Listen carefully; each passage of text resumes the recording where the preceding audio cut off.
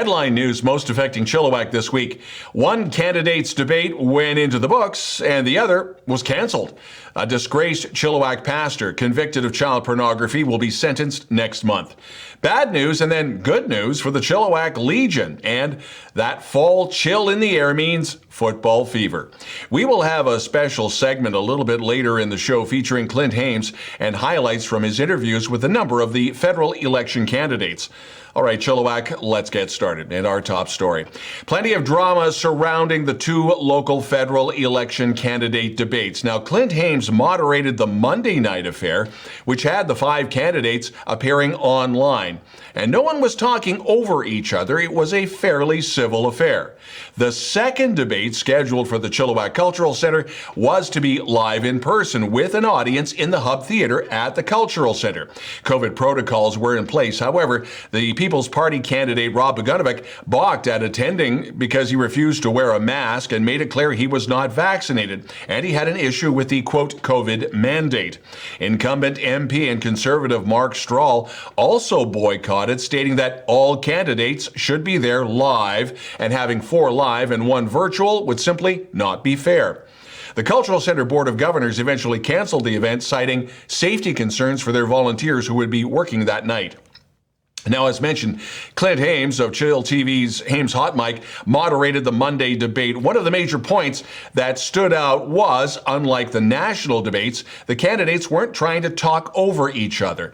And there really didn't seem to be a clear winner. However, they did cover a number of topics, including climate change, affordable housing, the economy, and, in light of the masks controversy, constitutional rights.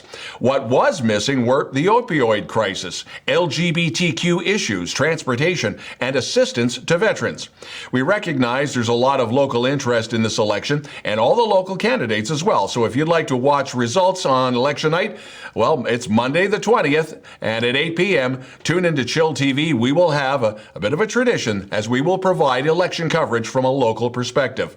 Clint Hames will host our program, Chilliwack Chooses 2021, with special guests that include Diane Jansen, Louis DeJagger, John Less, and Patty McAhonick. And I'll be updating there, providing you with regular updates on local and national results as they come in.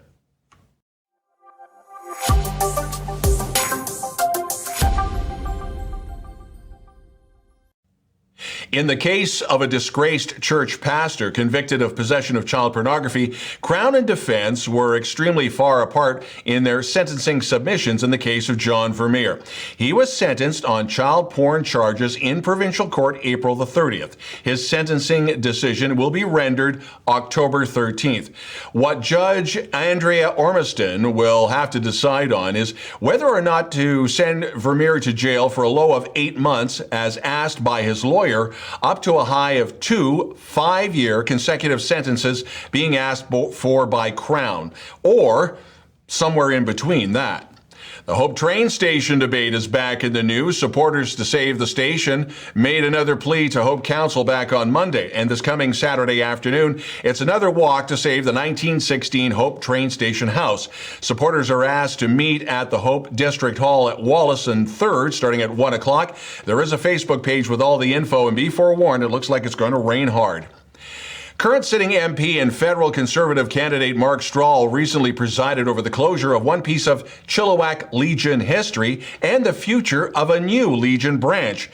Shrinking numbers and membership and 2 years of financial COVID impact, plus basics like rent, simply forced the change.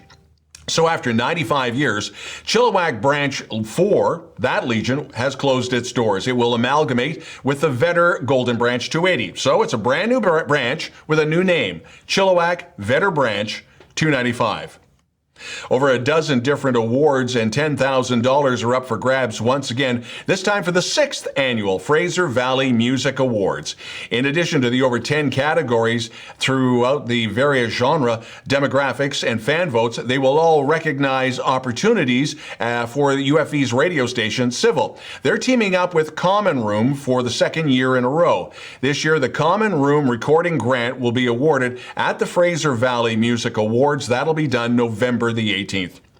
It is that time of the year for the Agassiz Fall Fair and Corn Festival. It will take place this weekend, rain or shine.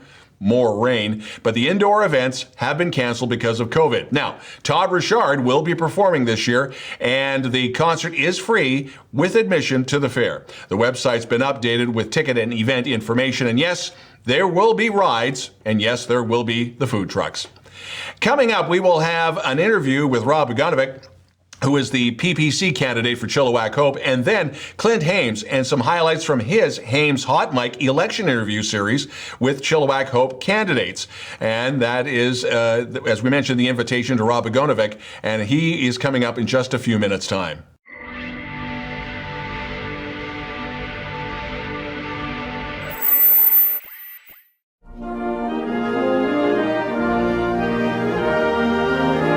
Hello everyone, Clint Hames, host of Hames Hot Mic.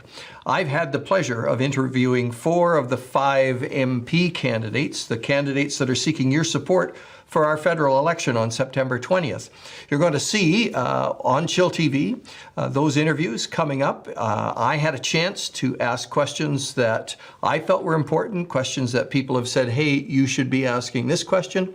And I hope you enjoy those interviews. They're informative, and I think will provide you with some answers to questions you may have.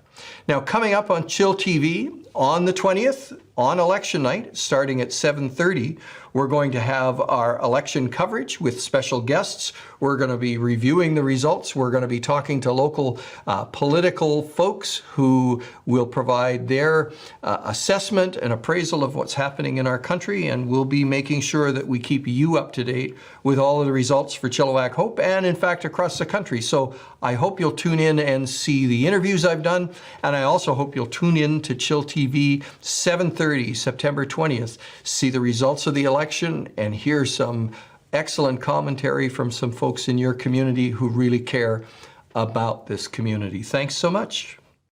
Well, I think it's because of the overall cost, and the only reason that we're shipping bitumen across the ocean for nothing now is because the federal government went out and bought us a $12 billion pipeline so that we could give our natural resources away and create a bunch of jobs. So hopefully those people in Alberta and in the people in the oil sector will vote for Mr. Trudeau in this coming election.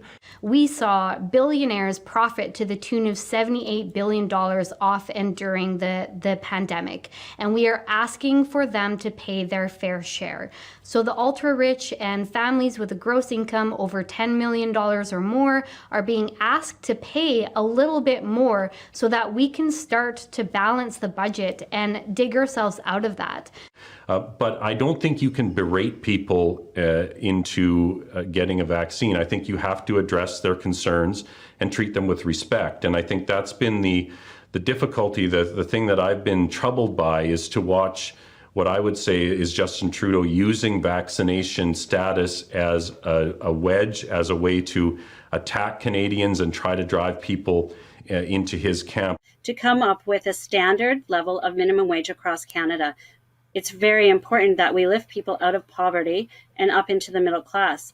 I agree with you. A lot of people are saying, why would I go to work when I can make more either on CERB or on employment insurance? So by phasing out the CERB and raising up the minimum wage and working with our employers with incentives to help them hire more staff is the best way that we can move forward.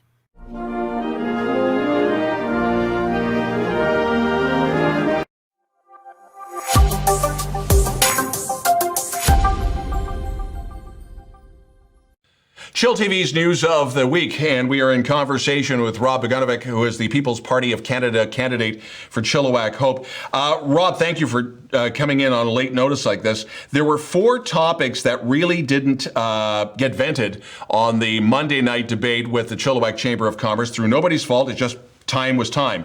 So I'd like to get on very quickly comments on these 4 issues. The first one being LGBTQ. First off, there was a comment made by Maxime Bernier about trans activists, and I just want to clarify, he wasn't, or was he, making a blanket statement for everyone in LGBTQ, or just a certain fraction that he thought were trying to get their message across and overshadowing other issues with the LGBTQ community? Or am I off base here? my sense of it is that the LGBTQ is a very diverse community. Their diversity means they have a lot of different opinions, and those opinions cross the whole political spectrum. What you have with the trans activists, which are in many cases not even necessarily trans people, they are just activists on behalf of trans people. They present that they have, the policies they think trans people will benefit from the most, and they articulate them in the public square. Now, they might believe that they are the best policies, but there's a lot of trans people who disagree with that assessment. Okay. And on a personal note, and correct me if I'm wrong, is there a rainbow crosswalk at where you work at Chilliwack Secondary?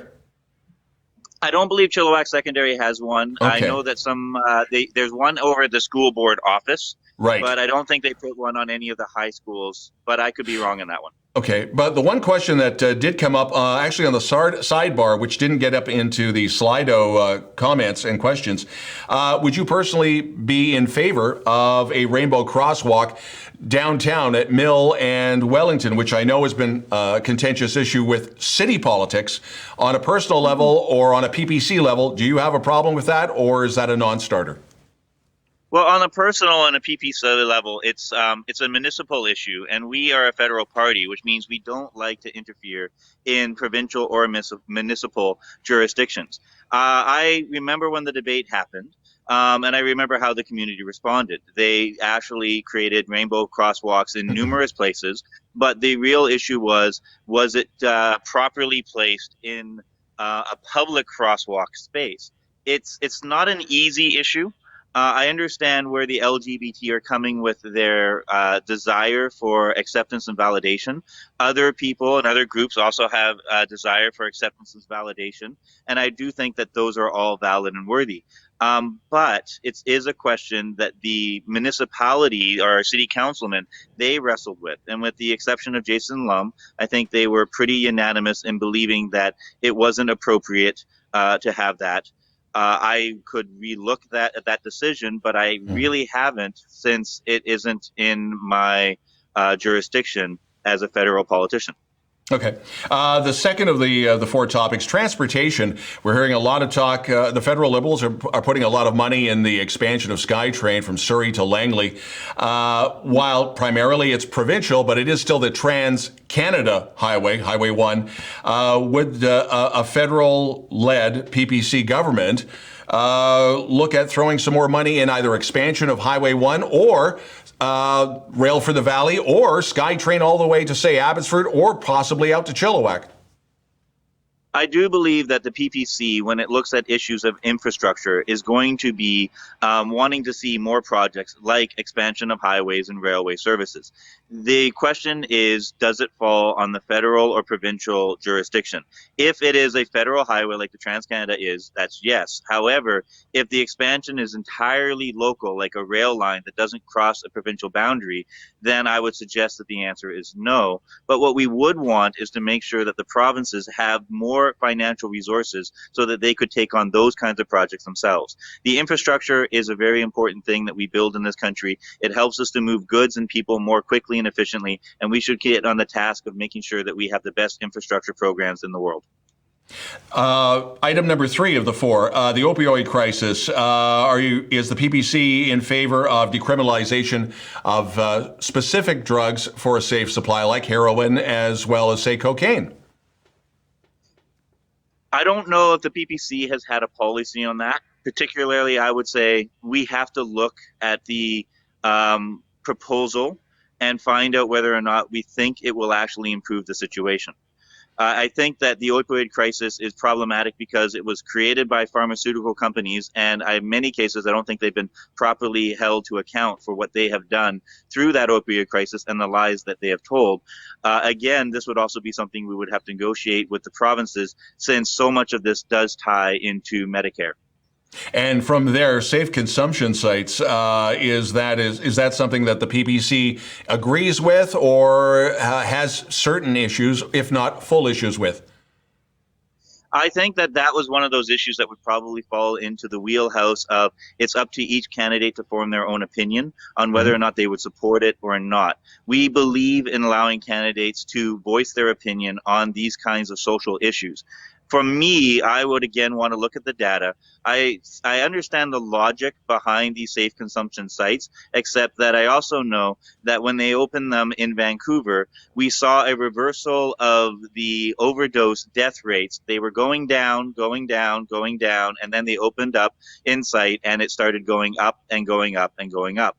Now, it might be disconnected, but we should make sure that those two were not linked together before we go forward and start recreating that experiment. Now, the fourth topic that came up, and as I mentioned this to Mark Strahl, you were on the air, so you could not see the sidebar that was on the video feed. But it was one of those questions that was trying to get into Slido from a well-known blogger, and he had a very valid point. Veterans pensions and veterans services, they have been clawed back. Would the PPC restore them and even exceed the restoration of the past levels for veterans pensions, and let alone other services, especially when vets are dealing with things like PTSD? Yeah. I remember when we gathered in Gatineau, we unveiled the veterans policy on this issue, which was not only to restore, but also to retroactively provide what was taken. So we do want to keep that promise that was made to the veterans. That was a policy that was unveiled by veterans for the veterans, and it was the centerpiece of our Gatineau event when we gathered. So the PPC believes that this was a promise that was made. It has to be a promise that is kept. Until that happens, this country has basically disrespected our veterans, and we are the party that believes in respect. And something I also put to Mr. Strahl. Now, granted, the land that was once CFB Chilliwack, long gone. It's been about a quarter century now since we've lost CFB.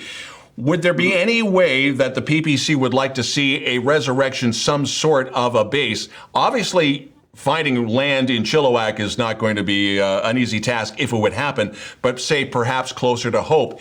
Is that something that could be done, or is that window now closed? The PPC would not have had an opportunity to weigh in on a decision of that nature until we managed to really look at the books and really look and talk to the military officials of what they think is best. I wouldn't speculate on where we might put such a base. I do think that British Columbia is rather underserved in terms of our military bases since the Chilliwack base was closed. You're right, though. Chilliwack doesn't have a lot of land for such a base. Maybe out towards Hope. Possible, but I can't comment on the likelihood of that occurring.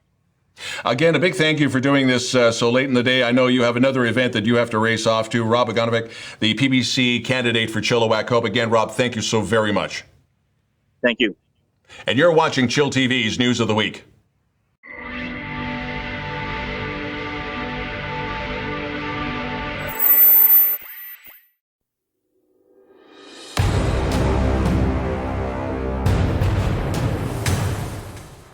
chillTV Sports Friday Night Lights were back at Townsend Park last weekend as the Chilliwack Giants minor football team hosted the Abbotsford Falcons. So this weekend, it's a little bit different. The Junior Bantams will have Friday Night Lights in Chilliwack at Townsend Park. That's against Abbotsford on Friday. The Pee Wee Blues are going to be in Abbotsford, and then the Adam and the Pee Wee Whites will be in Maple Ridge. Meanwhile, the Valley Huskers are now 1-1 after their home opener win, 36-15 over Kamloops. So they now head to Victoria for a Saturday afternoon road game against the West Shore Rebels. That game will be live streamed on the BCFC pay-per-view network.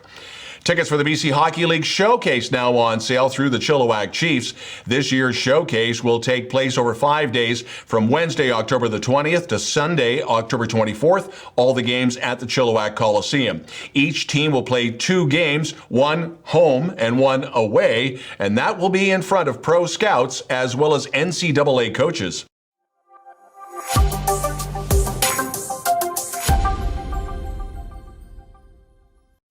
chillTV weather, haul out the hoodies and the rain gear. It will be cool and soggy this weekend, and the high's around 15. If you'd like to participate in reporting news in Chilliwack and you have a story you think we should know about, always send us a note to news@chilltv.ca. We'd love to hear from you.